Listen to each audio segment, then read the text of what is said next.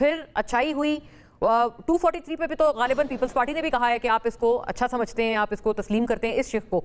लेकिन 140A के हवाले से बताइएगा, मकामी हुकूमतें एम्पावर हों, मेयर्स एम्पावर हों, गालिबन मुर्तज़ा वहाब साहब को भी ज्यादा इख्तियारात मिल जाएंगे, तो इसको खुशाइंद कहा जाए।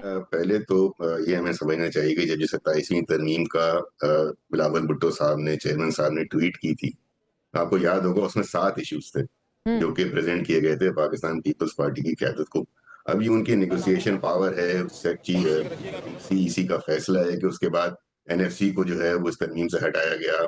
सूबाई खुद मुख्तारी के जो राइट्स हैं उसको उसको प्रोटेक्ट किया गया, उसको इसमें शामिल नहीं होने दिया गया। इसी तरीके से कुछ महकमे सूबों से वापस डेवोल्यूशन जो है रिवर्स हो रही थी, उसको भी रोका गया। तो पीपल्स पार्टी की क़यादत की कोशिशों से वज़ीर-ए-आज़म साहब को जब ये बात समझाई गई, बताई गई, मुज़ाकरात हुए, तो उन्होंने पीपल्स पार्टी की उन चीज़ों को मान के उन तमाम अमेंडमेंट में से उन तमाम क्लॉजेज़ को जो सूबाई खुद मुख्तारी से मुतालिक थी, उनको निकाल दिया गया, हटा अच्छा दिया रज़ा गया। साहब, 3 ये इश्यूज हैं मेरे लिए एक खबर इसमें। है, मतलब मेरे लिए ये रेवलेशन ही है, आई एम श्योर नाजरीन के लिए भी होगी, कि आप ये फरमा रहे हैं कि ये जो सारी 18वीं तरमीम के हवाले से जो तहफ़्फ़ुज़ात थे, और वो सारे जो थे वो सब तहफ़्फ़ुज़ात आपके दूर कर दिए गए, वापस हो गए, ये सारे आपके मुतालबात मान लिए गए।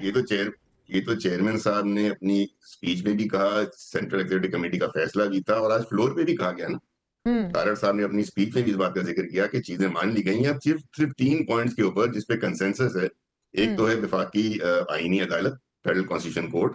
दूसरा आर्टिकल 243 में जो अमेंडमेंट होगी, जो इख्तियारात और जो उसमें चेंज हो रही है वो हो रही है। ये जो आईनी अदालत वाला भी जो कयाम था, या आईनी जो बेंच बन गया था बाद में, मौलाना साहब ने कहा है कि ये तो हमारी बड़ी तौहीन होगी कि अगर हमने जो इसके अंदर से चीजें निकलवाई थी वो आप लोग 27वीं तरमीम में वो कसर पूरी कर रहे हैं। तौहीन वगैरह वाला मामला जो होता है ना, थोड़ा सा ओवर एग्जैजरेशन हो जाती है। जब आईन अच्छा। बना था तो हाँ। उसके कुछ दिनों बाद जो है वो पहली आईनी तरमीम आ गई थी। उसके बाद 25 आई हैं, 26 आई हैं, 27वीं आ रही है, 28वीं भी आएगी।